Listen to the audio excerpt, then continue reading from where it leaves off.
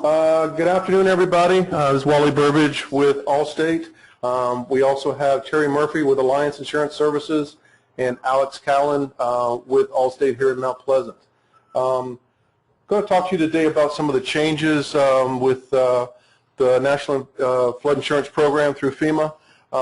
Last time we talked, I had a lot of bad news, so this time at least I have a little bit of good news to tell you. The Homeowners Flood Insurance Affordability Act of 2014 will go into effect on May 1st of this year, so later on this week. Phase 1 implementation will be happening, and there will be a Phase 2. I'll talk about that in a moment. I'm going to back up a little bit first. Going back a little bit, Vigorous Waters, we talked about prior, made a lot of changes, a lot of difficult changes on the flood insurance program. Vigorous Waters affects pre-flood insurance rate maps, or what's called pre-firm. We call that pre-firm, but it's the pre-flood insurance program. Okay, so houses built prior to 1974. Okay, that's what we're going to be talking about today. So those are the only houses you really need to be concerned about. The houses built for 1974 in this regard. So Vigorous Waters changed the rates because, quite frankly, FEMA and the National Flood Insurance Program is going broke. They're about $25 billion in debt right now, and it's not getting any better. So they saw a need to raise the rates to make it where it will work with the amount of claims they have versus the amount of premium they take in. Will start getting it into positive. They wanted the rates to more accurately reflect the risk. Obviously, the risk has changed a little bit as we've seen more frequency in storms and severity in storms. Therefore, there's been more flood claims. The subsidized rates were going to be phased out completely. And when community adopts a new flood map, they were going to get rid of grandfathering. Okay, so somebody builds a house to code, and the map changes. They suddenly are out of code, and they were penalizing. They were going to penalize them. So grandfathering was put in place to help that, but they were going to take that away. Okay, so that's all a part of Vigorous Waters. The Homeowners Flood Insurance Affordability Act. I got to keep up with my own slides. Will repeal certain provisions of the Vigorous Waters Act. It'll eliminate eligibility for the the eligibility for pre-firm subsidies on newly purchased houses. It'll reinstate some subsidies on lapsed policies, and it'll restore the subsidies for pre-firm houses. So that's good news. So now, as of May 1st, a house that is insured with the National Flood Insurance Program that was built before 1974 can still get the subsidies. So Vigorous Waters took them away.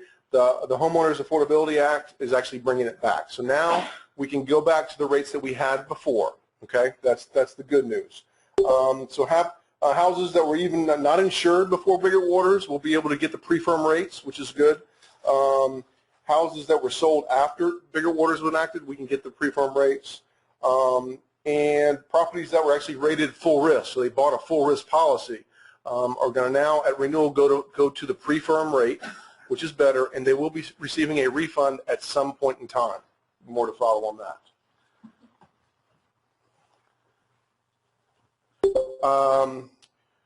So obviously your board, your national board, your local board, across the country, people were screaming about Vigorous Waters because it was basically making people not be able to afford their own homes. And so something had to be done. Obviously it was a knee-jerk reaction. The Vigorous Waters, they didn't study it enough to know what the implications of it were. So this act was in place to prevent policyholders from losing these subsidies and being insured out of their homes. It's going to require writing companies. WYO is write your own insurance companies like Allstate. We have a company that writes, does all our underwriting, and it's called a write your own company, and like State Farm and other companies. There are some companies that go directly to FEMA to write their flood insurance, but it's going to require all of us to reinstate all the pre-firm rates. Okay. Again, good news. So when we talk about the pre-firm rates. Again, a building built before 1974, okay, and in one of these zones. Now, do you need to memorize all these zones? No. I will tell you, all you need to worry about is does it start with an A or does it start with a V? That's all you need to worry about. A D, I don't even know what that is. I don't even know if it exists anymore. But so if it's an A or a V flood zone, that's going to be what y'all refer to as a mandatory flood zone. A mortgage company is going to require a flood policy in place if there's a mortgage. Okay? So that's the more severe risk. Between the A and the V is the most severe risk, and the A is a little less of a risk. Okay? And then outside of these, there's X zones, other zones that are not your mandatory flood zones, and you have a preferred policy. The rates are very, very affordable. Okay? But we're not talking about those. We're only talking about the A and V zones. Okay? So anybody who applies for a new application that's going to be effective on or after May 1st are going to get the pre-firm rates. Anybody who assigned a new new owner, what does that mean? So the existing policy is in place and there's going to be a new owner. That's called an assumption.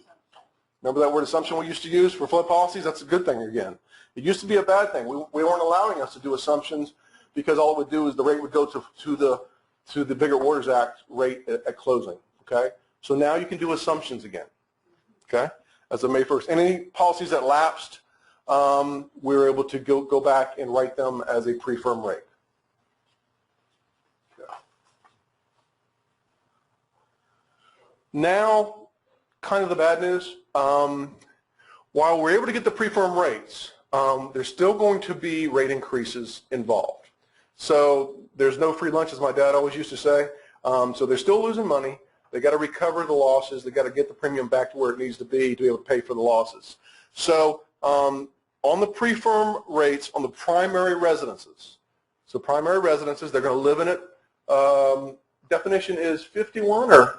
It's actually a little bit greater than that, and there's going to be a new criteria that we'll have to go through to specifically meet that it is a primary homeowner. Yeah, so we'll have to meet FEMA's requirements for the definition of a primary residence. But if it falls into that definition, they're going to get the pre-firm rate at closing, and they're going to be receiving between 5 and 18% rate increases every year until the firm rate is met, until the actual rate is met. Okay. If it is a secondary residence, very important, secondary residence, you got the couple from Ohio that were visiting here and they want to buy a vacation house. If it's a secondary residence, they're going to receive a 25% rate increase until full rates are met. Okay. Now, how are you going to know what those full rates are going to be? If we're just going to do pre-firm, we don't need an elevation certificate. So it was built before 1974. You come to us, we don't need an elevation certificate or anything. We can just go ahead and write the policy, okay? But wouldn't it be a good idea for that owner to know what these full rates are going to be at some point, okay? So the only way we'll be able to do that is if we have an elevation certificate. Now, that kind of puts us on the opposite side of the table here, because I'm going to advise any buyers that you need to find out what your full rate is going to be. It's just full disclosure. Yet you may not want them to know what the full rate is going to be because it may not be good idea, may not be good news. All this group wants them to know. I'm just in general, yeah. You do want them to know eventually because there's lawsuits, the things happen. So we're going to encourage you guys and your buyers to find out what the full rate is going to be. Okay, it's just makes good sense. When they start getting these 25% rate increases every year and you start getting phone calls, you know, you're not going to want to deal with that. So it's good for them to know that that is. We need an elevation certificate to do that, but we don't need it to write it pre-firm. Okay. Now, FEMA has directed all insurance companies that are writing flood insurance policies that they have to compare. If they have an elevation certificate on file, they're going to, every year at renewal, they're going to look at it and see which one is lower. So they're going to take the benefit. They're going to give them the benefit of the doubt. So if the pre-firm rate is the lowest rate, that's the rate it's going to renew at. Whether it's a 5% rate increase or a 10% rate increase, if it's still lower than the full rate, then they're going to issue that policy at the pre-firm rate. Okay?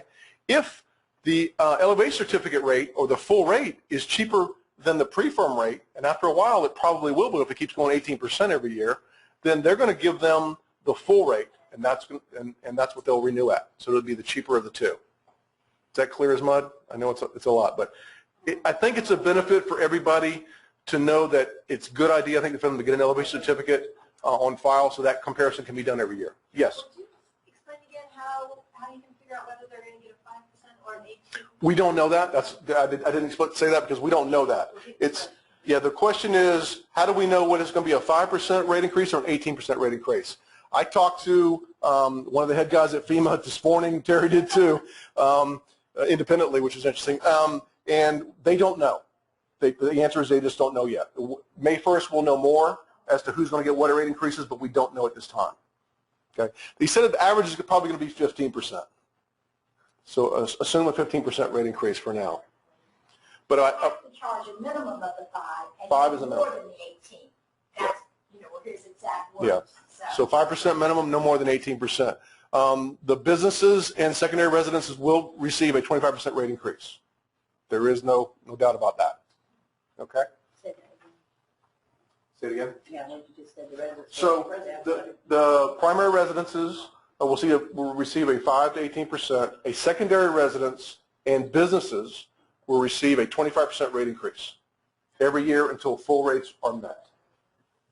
Grandfathering, just want to clarify what grandfathering means. So there's pre-firm, houses built before 1974 when there was no flood plan.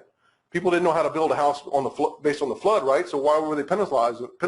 So they're subsidizing the rates. So they didn't know how to build a house. They built the house where it was, and the base flood elevation may be higher than the house, so they're giving them subsidized rates. Grandfathering is completely different. So after post-firm, or after the flood plan was enacted in 1974, any house built in 1974 or after, that the floodplain changed, the mapping changed after it was built, there's something called grandfathering, where we can go back and prove that on 1975, this was the elevation that it needed to be at. It needed to be at 10, and now FEMA says, no, we've remapped it, now it needs to be at 14. Well, you're 4 feet below, so that's bad. So they're going to charge a lot more. Well, grandfathering goes back and says, we're going to charge you the rate it was when you built the house, okay, based on when it was at the time the house was built. So you built it to code in good faith. The rate, the elevation changed because the mapping changed, so we're not going to penalize you for that. That was going away with bigger waters. It's back and is not going away based on what FEMA says. They don't have any plans of that going away. Another good thing. So we look at that kind of thing for you to make sure that we get the lowest rate, and grandfathering is something that we look at if we see something out of whack or an older house. We've saved some deals with grandfathering. I know Liz has one. We had one in North Charleston, College Park, yeah, that was going to go away. We found the grandfathering rate was substantially better. Okay. Phase 2 of the Homeowners Flood Insurance Affordability Act is all about refunds. So the people that bought a house from us when Bigger Waters was enacted, and they've had these rates that were, $5,000, $6,000, $10,000 or whatever, they are going to get a refund of those rates back down to the pre-firm rates. The next question is always going to be, when is that going to happen, Wally? When are they going to see the money? We don't know. They don't know. FEMA doesn't know. They have 8 months to finalize that plan, and then the write-your-own companies, the insurance companies, have 6 months to implement it. So we're talking about 14 months or so before that happens. So we are not sure when that's going to happen, but it is going to happen. So that is the update. What questions do you have? Again, this is all about pre-firm. House built in 1980. This does not apply. Do not worry about it. Other than grandfathering is a possibility. Other than that, it does not matter. So I don't want y'all to leave here thinking that there's some great new rates for this house that was built last year. No, it's just for pre-firm. Okay. The rates of the houses that are after firm, post-firm, Post-firm. they still need elevation certificates. Yes. Yeah, for us to rate them. For us to rate them, they would have to have an elevation certificate, anything 1974 and after, to rate it for a flood policy. Prior to 1974, we don't have to have an elevation certificate. We think it's a good idea to have it and have it on file, again, so FEMA can compare it every year to see which one is lower. And, quite frankly, for your buyer to know what their full rate will be at some point someday. So what's the worst case scenario kind of thing? That was strongly, strongly stressed by the gentleman at FEMA that Wally and I both talked to. He said, we absolutely 100% encourage everybody to have an elevation certificate. Yep. And they used to kind of discourage it if you were pre-74. It didn't need it. One minute kicked you. There was no reason to at that time, really. Yeah. Now, we have found situations that, it is still cheaper, though. Think about this. You've got a house in a neighborhood, and the neighborhood is right on the marsh, and you have this one house that's on this hill in the same neighborhood. It happens to be in the same floodplain. If it is above base flood elevation, the whole reason for pre-firm is most of those houses are built below the base flood elevation. So that's why the subsidy is there, because that rate is going to be high. But if there's a house on a hill and they shoot the elevation and it's higher than the base flood, it may be cheaper, even though it just got lumped in with everything else in the neighborhood. So sometimes it can be cheaper, and that's why we always want to. Yeah, Kay was pointing out that one of the agents is getting all her listings to get an elevation certificate. We highly recommend that if you're going to do a listing, find out what the flood insurance is going to be. Don't waste your time. You don't want to spend a lot of time, money, and marketing with a seller, and the flood insurance rate is going to be $20,000 in 4 years. You don't want to deal with that. I mean, it's just, unfortunately, that they're in a bad situation, and you're not going to be able to help them. So know that ahead of time before you do the listing. I would highly recommend that because they may just be in a really bad situation, and you can't help them, quite frankly. Do you know anything about when the flood maps will get redrawn, flood lines? We have not heard anything about the flood mapping. It's going to happen sometime in the next 12 months. We just don't know when. They don't know. They're trying to deal with bigger orders right now, and they're going crazy with that. And some people have been putting in their offers that the seller will provide flood elevations, a new flood elevation certificate by such and such a date. Okay. Yeah, Kay was saying that some people are requiring in their offer for the seller to provide an elevation certificate. That's not a bad idea. That's $300 that the buyer doesn't have to come out of their pocket for. Wally, would you do that if you were not in an A or a B zone? No. Yep, you would not, but you don't know that. That's the thing. How do you know what zone you're in without an elevation certificate? So you may have a seller that's been in a house for 20 years, and they used to be in an X zone, or they used to be in something else, and that's what they're assuming, so they put that on the listing. We've seen that happen before, and we go to pull it. The mortgage company goes to pull it right before the closing. They say, wait a minute, you're in an AE zone. You have to get a flood policy. That changes the whole deal. So things change in the neighborhoods. These remappings are going on all the time, so a lot of sellers don't know if they're in a flood zone or not. So the elevation certificate will definitively find out whether or not they're in a flood zone. Now, let me give you another caveat. Mortgage companies look at flood zones differently. Every mortgage company looks at it differently. So we've had many situations where the elevation certificate says that a property is not in a flood zone, okay? That the dwelling is not in a flood zone. So it's in an X zone, for example, and it's not mandatory. Yet the mortgage company comes back and does a search on a different system and says, well, yeah, the dwelling's not in the zone, but the lot is. So part of the lot is in an A zone. Therefore, you have to have a flood policy in place. That happens sometimes. Some companies look at the dwelling. Is the dwelling in the flood zone, or is the property in the flood zone? So sometimes you can escalate that and get that overridden. We've seen that happen with mortgage companies where you can escalate it and say, hey, my dwelling is not in a flood zone. I shouldn't have to have a flood policy. And a lot of times they'll let them not have that flood policy. Let's talk about mandatory flood zones. I know some of you all heard this from me before, but all of Charleston is in a flood zone, guys. It's not, just because the mortgage company says I have to have flood insurance doesn't mean I do or don't have a risk. You got a risk. There is no coverage on a homeowner's policy for flooding. Rising waters is not covered by anybody's homeowner's policy. So it's up to the individual, buyer as to whether or not they purchase a flood policy, whether it's a preferred policy, which is very inexpensive, or a mandatory policy by a mortgage company. So we encourage everybody to at least look at it, whether or not it's required by the mortgage company. Yeah, a dishwasher overflowing, anything that is not groundwater rising and coming into a house is not covered by a flood policy. It has to be rising water coming into a house. Right. So Kay asked, if a roof is blown off, you've been in my classes before, Kay. If a roof was blown off and a hurricane came and the water came inside the house, is that a homeowner's policy or a flood insurance coverage? That is a homeowner's coverage because it's not rising waters from outside. Which one happened first? That's the Katrina question. How do you know? That's right. How do you know? That's the Katrina question. So somebody in New Orleans had a flood policy and they had a homeowner's policy, and everybody evacuated. And the storm came. There was a 10-foot storm surge, and the winds were 120 miles an hour. And they come back, and the building has been knocked over. What caused it? Which happened first? Did the building get knocked over and then the water came? So there's a lot of finger pointing that went on with Katrina because of that, because nobody was there to figure it out. So they had to do some forensic science kind of things to try to figure out which policy is going to pay. Well, here's the really bad news. So you got a homeowner's policy, you don't have a flood policy, and the same situation happens. So if the homeowner's company says, well, the flood knocked it over, it wasn't the wind, then it would be a flood claim, but there's no flood policy, there's no coverage. That was another big problem with Katrina. You know what I'm talking Yeah. about? Yeah, pretty much so. It is reliable. Occasionally, you'll come across some that have both AE and X, which brings up that situation Wally was just talking about, where you can have your flood line go right through a property.